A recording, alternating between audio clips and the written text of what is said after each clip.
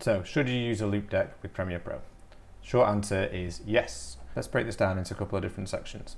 Will it speed up your workflow? Yes. If you're editing, color correcting, color grading, that sort of work, it's much easier with these control dials, jog wheels, that sort of thing. They're really customizable, which is great. And I know you can customize a regular keyboard, but this just feels like it's built for the job. Will it replace my old keyboard? No. A big part of editing, especially setting up a project, you need to be naming things, naming your exports, things like that, searching for presets and effects and things like that within Premiere.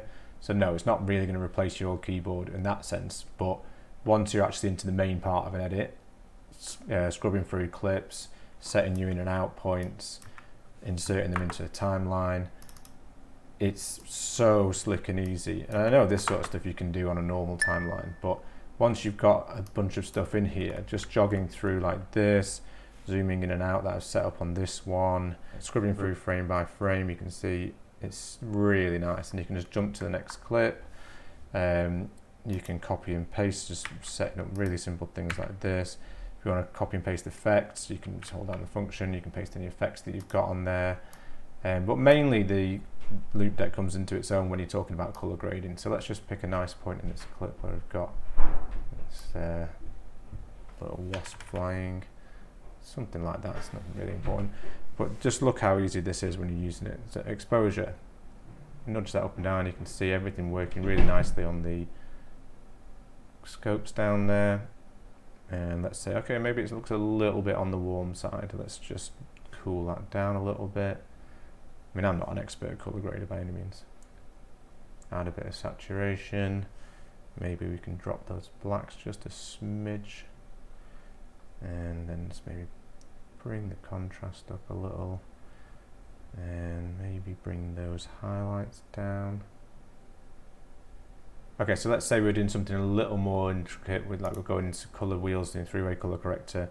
Here you can see we've got hue, saturation, luminance buttons, but these also refer to such shadows, midtones and highlights. So say hue is on the highlights, so if I'm adjusting these, you can see we're adjusting the highlights colors, going more green that way, blue that way, or we can use the next one, or we can go up to red, or we can come down. So pretty much with any of those we can adjust the position of that, and then the next to it we have the luminance value of the highlights.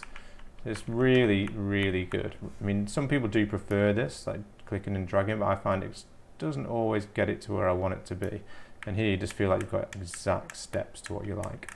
So you can just reset those with the click of the button as well. It's like in, everything reset.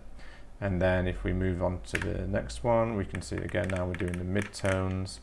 And again, we're going cooler or we're going warmer.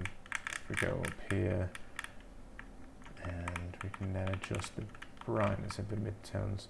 And again, if we're not happy with it, we can just reset everything like that. And then shadows again on this last one. So yeah, that sort of covers the basic functions that we've done on that. So I feel like with editing especially and the color correcting, it really does help having these dedicated buttons. And again, with the software, you can customize these to be pretty much anything you want. Like for instance, these L1, L2, L3, I've got them set up so it changes my cursor. So if I press L2, I can select everything to the right of the timeline. L1 goes back to my single point one, and 3 is my slip tool, which I find really useful when I'm editing as well. Will it replace my mouse? For me, definitely not. I don't know if everyone's the same as me, but I like moving clips in and out and jumping them around the timelines when I'm making selects. Sometimes I'll do it up here, but other times I'll have all my clips down here and I'll just jump in and I'll put a little cut and I'm like, yeah, I'll just keep that bit and that'll be my select layer. So I find that I'm using the mouse almost all the time. I know some editors might prefer to use like the sort of JKL method where you're scrubbing through with the keys, playing through every clip, but I find this so much quicker these days. So for me, it's not going to replace the mouse, and especially, I mean, I've got this MX Master Mouse thing, so it's quite good. Like if you're zoomed in, you can use the sideways scroll to get around really quickly.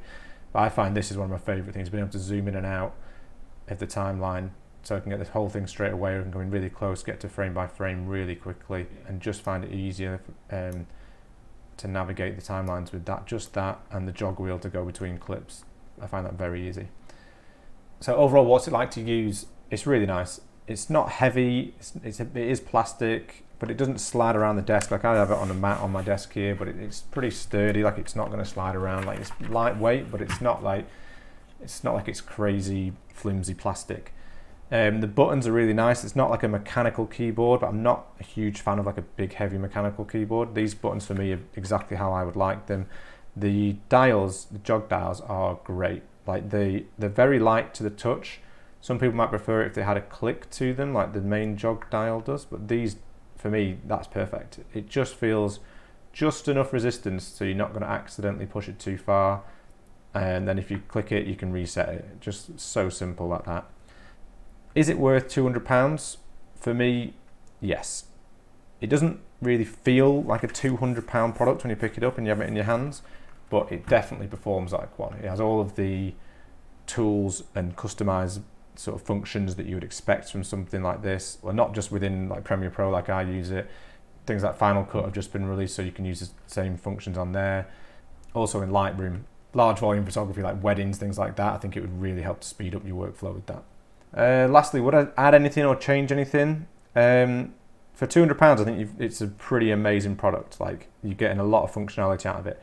One thing that would be nice, I would really like, would be like the roller ball, that sort of tracking ball thing, especially for those sort of color wheels. These do work really well, but I think that if you had just one single trackball, if you just had like shadows, midtones, highlights, and you could then adjust with a trackball, I think that would be fantastic. Wireless, I've mentioned a couple of people who say they're a bit disappointed it's not wireless. To me, it'd be nice, but it's not a deal breaker. Like, it's generally here on my desk. I'm not sitting miles away from my screen, or this is where I sit to edit my videos, so I don't really know why I'd need it to be wireless. It's just another thing to charge if it's wireless, I guess.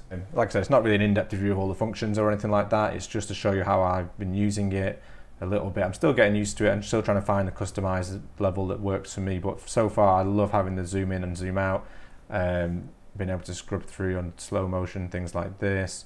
And then for me, the color grading tool, it's this part of it just sells it for me. Being able to just make fine adjustments really quickly without having to go and click on every slider and every part. As soon as you're on a clip, any adjustment you make, it's automatically done. It's not having to click on another tab and drag and find the sliders. Everything is just there straight away. You can just play around as you like. Anything that goes wrong, you just click that, or you hit the undo button. So overall, yes, it's £200 for what is essentially a keyboard, and every function on here can be done on a normal keyboard. But if you're doing this day in, day out working, I feel like this is a much nicer way to work. I don't work for Loupedeck. I'm not getting paid by Loupedeck, but I would definitely buy this product if you are in a similar position to me where you're doing editing and some color work. If you're doing photography work, things in Lightroom, friends of mine have used this in Lightroom and they say it's great. I would definitely recommend trying one out if you can get your hands on one. I'm looking forward to really getting more of the functions into the keyboard that I use. What I'm finding is anytime I go back to the keyboard for something that I wanted to do, I think, right, could I put that on a button or a dial? So I'm having to use the keyboard less and less during the editing process. So right, I'm going to wrap it up there. Like I said, if you have any questions, let me know. I'll do my best to answer them. Cheers.